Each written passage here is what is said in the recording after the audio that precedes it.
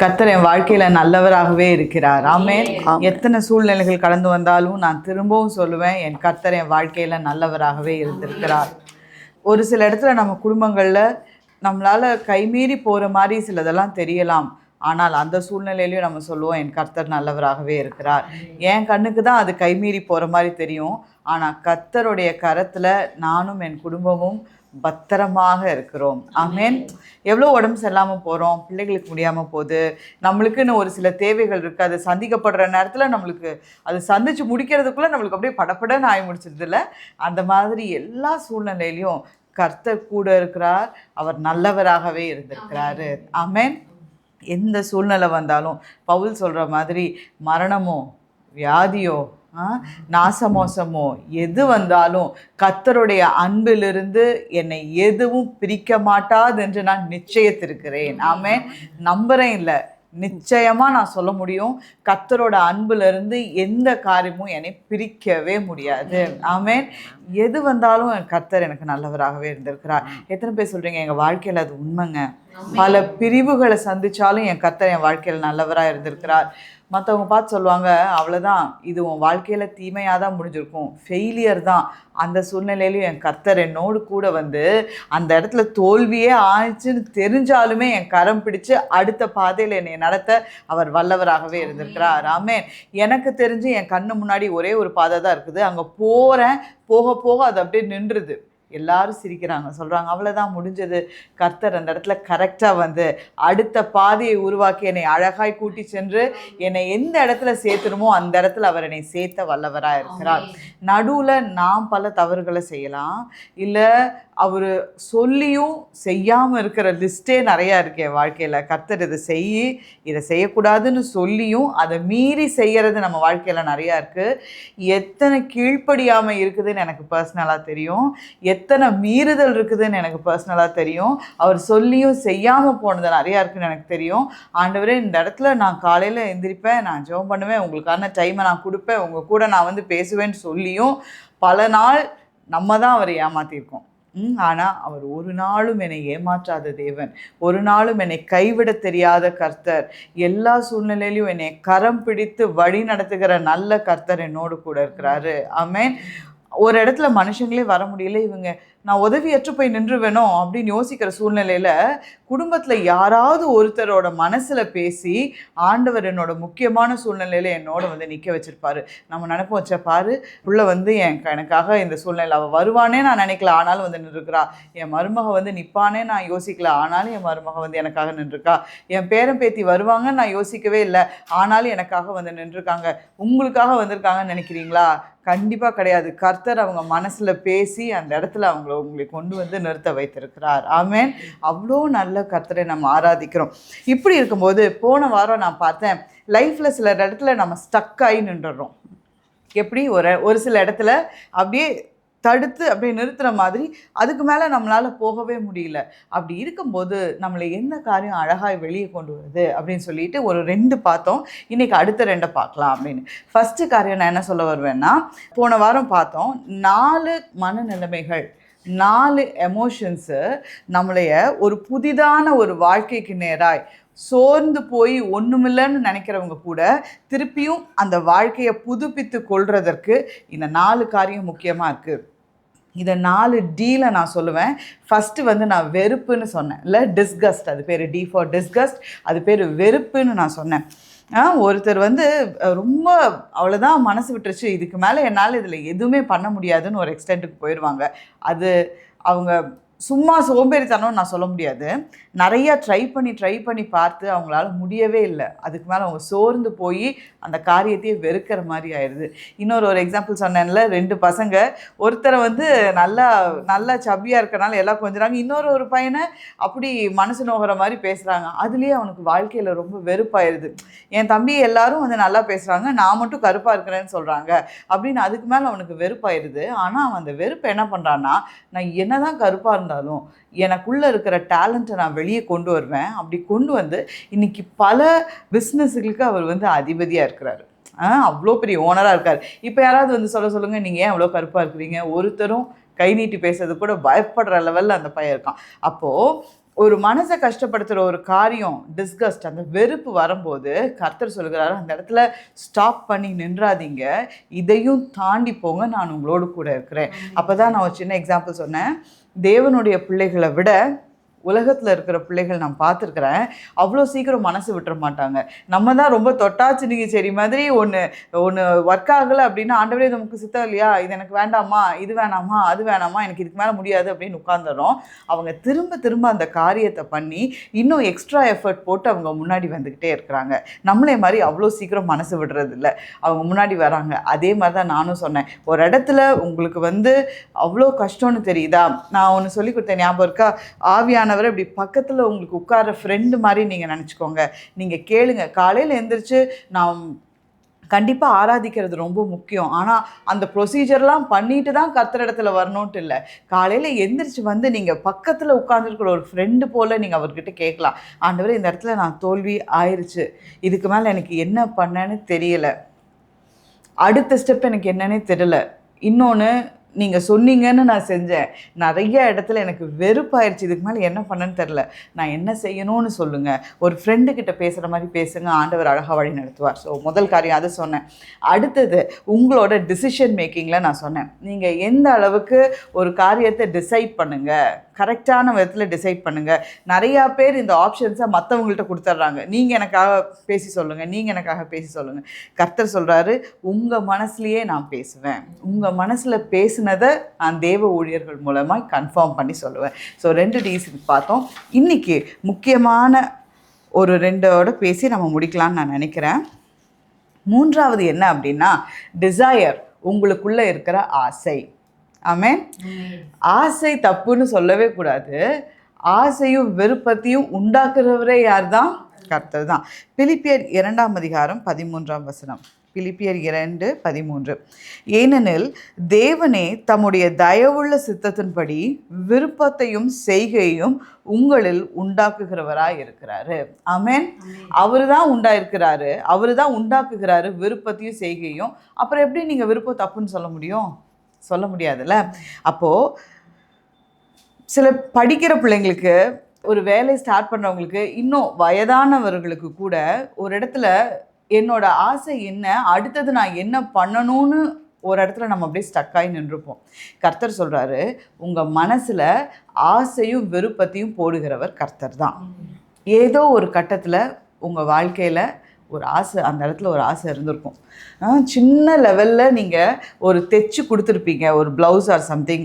வீட்டில் ஒரு கைத்தொழில் மாதிரி செய்கிறவங்களுக்கு நான் சொல்கிறேன். சின்ன இடத்துல ஒரு சின்ன ஒரு நார்மலாக ஒரு ப்ளவுஸ் தான் தைச்சு கொடுத்துருப்பீங்க, ஆனால் அது போட்டுட்டு அது ரொம்ப அழகாக இருக்குன்னு சொன்னாலும் உங்களுக்கு அது மேலே ஆசை அதிகமாயிரும். அதை பற்றியே பார்ப்பீங்க, யாரெல்லாம் எப்படியெல்லாம் ப்ளவுஸ் போட்டு வராங்கங்கிறத பார்ப்பீங்க, உங்களுக்குள்ளே அது ஆசை அதிகமாக இருக்கும். அப்போது ஆண்டவர் உங்கள் மனசில் அந்த ஆசையை கொடுக்குறாரு. அதில் என்ன பெருசாக வந்துட போகுது, அதில் என்ன பெரிய லாபம் வந்துட போகுது. இன்றைக்கி உங்களுக்கு தெரியுமா, டெய்லரிங் பிஸ்னஸில் எவ்வளோ லாபம் இருக்குதுன்னு. அவங்க ஹார்ட் ஒர்க் பண்ணி ஒருத்தராக கடை ஆரம்பிக்கிறாங்க. இன்றைக்கி அதுக்கப்புறம் ஆள் இல்லைன்னு சொல்லி ஒருத்தரை போடுறாங்க, 2 பேர் போடுறாங்க, 3 பேர் போடுறாங்க. யூனிட் போட்டு தைக்கிற அளவுக்கு இன்றைக்கி அது பெரிய பிஸ்னஸாக இருக்குது. என்றைக்கு நீங்கள் இதெல்லாம் ஒரு ஆசையாக நினச்சிட்டு பேசாமல் அமைதியாக நான் வீட்டிலே இருக்கணும்னு நினைக்கிறீங்களோ, அது வரைக்கும் அந்த ஆசை அவ்வளோதான். ஆனால் கர்த்தர் உங்கள் மனசில் ஒரு சின்ன சின்ன ஆசையை போடும்போது அது சின்ன லெவலில் ஸ்டார்ட் பண்ணி அழகாக பெரிய லெவலுக்கு கொண்டு போகிறதுக்கு கர்த்தர் உங்களுக்கு கிருபை செய்வார். ஆமென். ஒரு சிலர் குழந்தைங்க வெளியே போய் கிரிக்கெட் விளையாண்டுட்டு வீட்டுக்கு வந்துடும், ஆசைப்பட்டு வந்துடும். ஆனால் ஒரு சிலர் அப்படி விளையாடுறதையே தங்கள் வாழ்க்கையாக எடுத்துக்குவாங்க. இதுதான் எனக்கு, இந்த ஃபீல்டில் தான் நான் போகிறேன் அப்படி எடுத்துகிட்டு வேறு லெவலில் நிறையா பேர்த்த நம்மளுக்கே தெரியும் இல்லை. பாஸ்டருக்கும் பார்த்தீங்கன்னா சர்ச்சில் ஊழியம் செய்யணும், சர்ச் ஆரம்பிக்கணும் அப்படிங்கிறதெல்லாம் பெரிய பெரிய ஆசை தான். ஆனால் அவங்களுக்கு நடுவில் நிறையா நம்மக்கிட்ட பேசும்போதே நிறையா சொல்லியிருக்காங்க, நீ வேலைக்கு போயிருப்பா, இல்லாட்டி உனக்கு அது ரொம்ப கஷ்டம்னு அவங்களுக்கு அட்வைஸ் பண்ணவங்க நிறையா பேர் இருக்காங்க. அவரும் வேலைக்கு போனார், ஆனாலும் அந்த இடத்துல வேலை செய்ய முடியல. அந்த ஆசையை ஏதோ ஒரு விதத்தில் ஆண்டவர் நம்மளுக்கு திரும்ப திரும்ப தந்துக்கிட்டே இருப்பார். ஒரு சிலர் பார்த்துருக்கீங்களா, ஊழியம் ஆரம்பிக்கிறதுனாவே பயந்துட்டு ஆண்டவர் பேசியும் பல வருஷமாக ஆரம்பிக்காமல் இன்னொரு இடத்துல அவங்க வேலைக்கு போயிட்டே இருப்பாங்க. இந்த மாதிரி இருக்கிறவங்க நிறையா இருக்காங்க. ஆனால் அவங்க தைரியமாக ஸ்டார்ட் பண்ணி கஷ்டமோ நஷ்டமோ கர்த்தர் எனக்கு சொல்லியிருக்காருன்னு சொல்லி நின்று அந்த இடத்துல கஷ்டம் வந்தாலும் அதை அனுபவிச்சு கர்த்தரோடு கூட அனுபவிச்சு, சும்மா இல்லை ஆண்டவர் சொல்லி நம்ம ஆண்டவர் மனசில் ஒரு ஆசையை விதைச்சி ஒரு ஊழியத்தை ஆரம்பிக்கும் போது அவர் கஷ்டம்னு வந்தால் நான் அப்படியே விட்டுட்டா போயிடுறாரு. அவரோடு கூட நின்று ஆசீர்வதித்து இன்றைக்கி இந்த அளவு ஆசீர்வதிச்சிருக்கான்னா அது சின்ன வாழ்க்கையில் இருந்த ஒரு சின்ன ஆசை தான். நான் உங்கள்கிட்ட சொல்லுவேன், அது சின்ன சின்ன ஆசைகளாக இருந்தாலும் அதை நீங்கள் தள்ளி போட்டு அதை ஒன்று ஸ்டார்ட் பண்ணாமல் நீங்கள் இருக்காதீங்க. நிறைய இடத்துல விமென்ஸ் ஃபெலோஷிப்பில் பேசும்போது எனக்கு வாட்ஸ்அப்பில் வரும்போது சில செய்திகளை நான் கேட்குறேன், மெசேஜஸ் அனுப்புவாங்க. நீங்கள் சொல்லி நாங்கள் இதை ஸ்டார்ட் பண்ணோம், இந்த பிஸ்னஸை நாங்கள் ஸ்டார்ட் பண்ணோம், இன்றைக்கி சின்ன லெவலில் இந்த மாதம் எனக்கு 5000 ரூபா எனக்கு கைக்கு நின்றுச்சு. அது எவ்வளோ பெரிய ஆசீர்வாதம். எடுத்தோன்னே லட்சக்கணக்கில் வர்றது தான் ஆசீர்வாதமாக? வீட்டில் சும்மா இருக்கிறதுக்கு எனக்கு ஒரு 5000 இன்றைக்கி இது வந்துச்சு. நெக்ஸ்ட் லெவலில் நான் இதை கொண்டு போகலான்னு நினைக்கிறேன். இங்கே உட்காரும்போது நான் வசனங்களை மட்டும் சொல்லாமல் ஒரு விமன் எம்பவர்மெண்ட்டாக நீங்கள் வெளியே போய் வேலைக்கு செய்யணும், உங்கள் கையில் ஒரு ஃபினான்ஷியல் காரியம் இருக்கணும் அப்படின்னு நான் திரும்ப திரும்ப ஏன் நான் சொல்லிகிட்டே இருக்கேன் அப்படின்னா, இது உங்களுக்கு ரொம்ப அவசியம்னு கர்த்தரும் சொல்லுகிறார். ஆமேன். பெண்கள் வீட்லேயே தான் இருக்கணும்னு அவர் சொல்லலை. உங்களுடைய கைத்தொட்டு நான் எத்தனை பெண்கள் ஆண்டவருக்கு ஊழியம் செய்யும்போது காணிக்கைகளினால் அவங்க பிஸ்னஸ்னால நம்ம ஒரு நாள் பார்த்தோம்ல, லிதியாவை பற்றி பார்த்தோம்ல, லிதியாவை பற்றி பார்த்தோம். அவங்க எவ்வளோ பெரிய பிஸ்னஸ் நடத்தி ஆண்டவருடைய ஊழியத்திற்காக பணத்தை கொடுத்தாங்க. ஏன்னே தெரியல. இந்த விமென்ஸ் ஃபெலோஷிப்பில் பேசும்போது ஆண்டவர் திரும்ப திரும்ப அந்த காரியத்தை உங்ககிட்ட ஷேர் பண்ண சொல்லிக்கிட்டே இருக்கார். இங்கே இருக்கிற தெரசாம்மா கூட சொன்னாங்க, என் கையில் ஒரு தொழில் இருக்குது, பழ வியாபாரம், அதை நான் என்றைக்கும் விட்டுட்டு பிள்ளைங்க கையை நான் நம்பி இருக்கக்கூடாது. நான் என்றைக்கும் அந்த பிஸ்னஸை நான் நடத்திக்கிட்டே இருக்கணும். அந்த என்றைக்கும் ஒருத்தரை நம்ம நம்பி இருக்கக்கூடாது அப்படிங்கிறது உங்களோட ஆழ் மனசில் இருந்துக்கிட்டே இருக்கணும். ஆமேன். கர்த்தர் உங்கள் கூட இருந்து உங்களை ஆசீர்வதிப்பது அதிக நிச்சயம். ஆமேன். உங்களுக்குள்ள ஒரு சின்ன ஆசையை கொடுத்துட்டாரு அப்படின்னா அதை சும்மா விட்டுறாதீங்க, அதை திரும்ப திரும்ப எடுத்து செய்யுங்க. இந்த வசனத்தை இன்னொரு தடவை நான் வாசிக்கிறேன். ஏனெனில் தேவனே தம்முடைய தயவுள்ள சித்தத்தின்படி விருப்பத்தையும் செய்கையும் உங்களில் உண்டாக்குகிறவராய் இருக்கிறாரு. அது ஒரு சின்ன விஷயமா இருக்கலாம், அது ஒரு பெரிய விஷயமா இருக்கலாம். நீங்கள் நினைக்கலாம், இதெல்லாம் ஒரு காரியமா, இதெல்லாம் ஒரு பிஸ்னஸா? நீங்கள் நினச்சா இப்போ உலகத்தில் இருக்கிற எல்லாருமே இன்ஜினியரிங் படிச்சுட்டாங்களா? உலகத்தில் இருக்கிற எல்லாருமே டாக்டர் ஆகிட்டா அப்புறம் யார் போய் பார்க்குறது? உலகத்தில் இருக்கிற எல்லாருமே அக்ரி படிச்சுட்டாங்கன்னா எப்படி அந்த இடத்துக்கு போகிறது?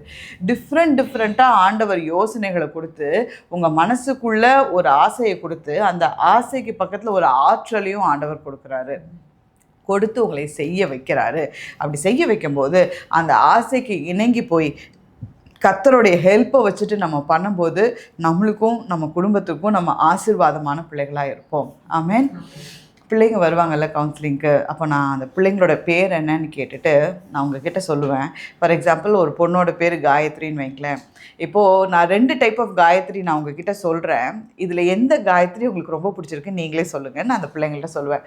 ஒரு காயத்ரி, எனக்கு ஒரு சுடிதார் வேணும், எனக்கு ஒரு சாரீ வேணும், ஒரு பின்னு வேணும், ஒரு பூ வேணும் அப்படிங்கிறத கூட உங்கள் ஃப்யூச்சர் ஹஸ்பண்ட்கிட்டேயோ இல்லை ஹஸ்பண்டோட ஃபேமிலிக்கிட்டேயோ கேட்குறதும், அவங்க வேணான்னு சொன்னோன்னே ரொம்ப சோர்ந்து போய் உட்கார்ந்துருக்கிறதும் ஒரு டைப் ஆஃப் ஒரு பொண்ணு.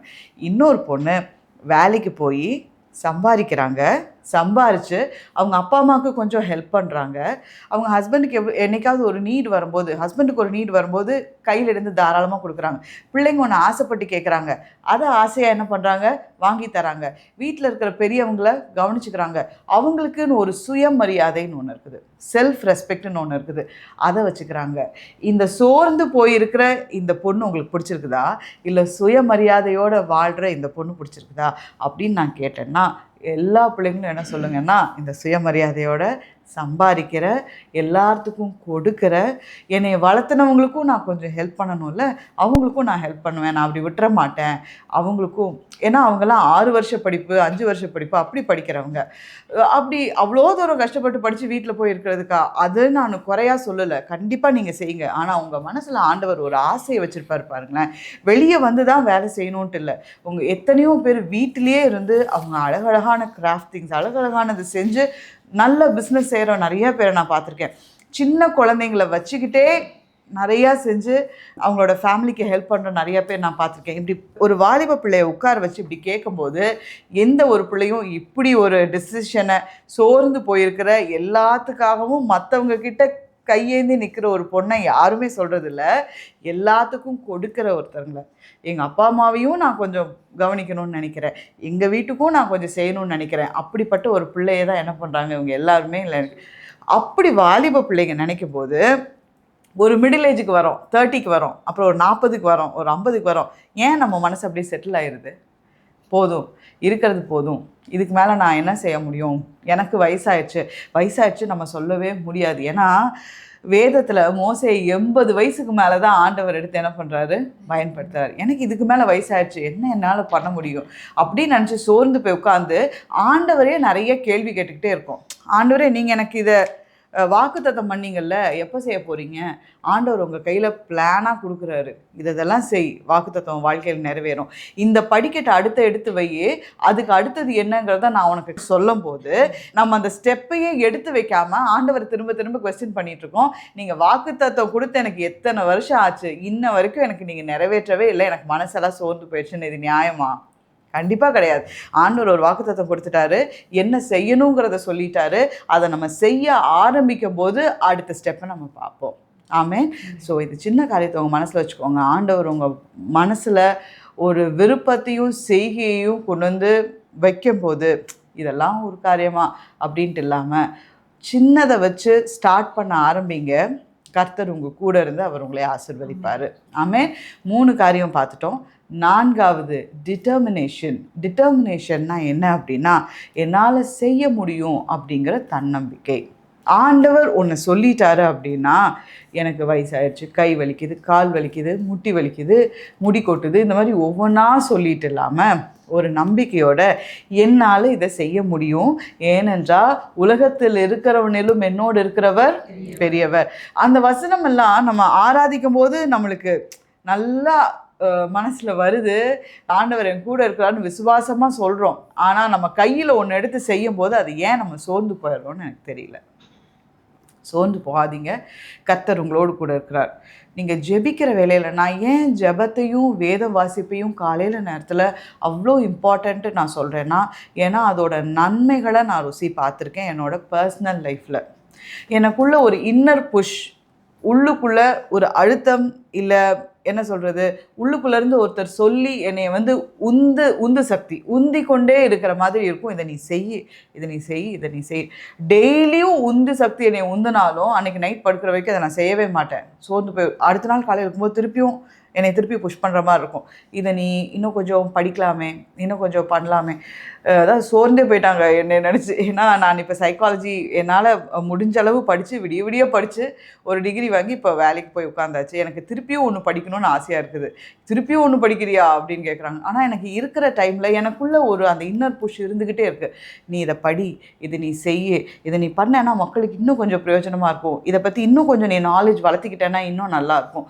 எனக்கு கிடைக்கிற டைமில் எல்லாம் ஆன்லைனும் பார்த்துட்டு இதுவும் பார்த்துட்டு எனக்கு அப்படியே நைட்டு போகும்போது அப்படியே கண்ணெல்லாம் மயமயான் ஆயிரும். ஆனால் ஸ்டில் ஆண்டவர் என்னை செய்ய சொன்னனால இதை நான் செய்கிறேன். ஆண்டவர் அதுக்கு ஏற்ற பலனை எனக்கு கொடுத்துக்கிட்டே இருக்கார், எனக்கு ஏற்ற ஸ்ட்ரென்த் அவர் கொடுத்துட்டே இருக்கார். இன்றைக்கும் நான் சொல்கிறேன், சுற்றி நிறைய வேலை இருக்க மாதிரி வேலைக்கு போயிட்டு வீட்டுக்கு வந்து ஒரு காஃபி குடிச்சிட்டு 5 நிமிஷம் இருக்கிற மாதிரி இருக்கும், பிள்ளைங்களோட கொஞ்ச நேரம் இருக்கிற மாதிரி இருக்கும், திருப்பியும் கீழே ஓடணும், போய் அவங்க கொடுக்குற வேலை அந்த இதெல்லாம் பார்த்துட்டு அடுத்தது ஆன்லைன் வரதெல்லாம் நைட்டு வரும்போது அப்படியே கண்ணெல்லாம் அப்படியே டல்லாகிடும்.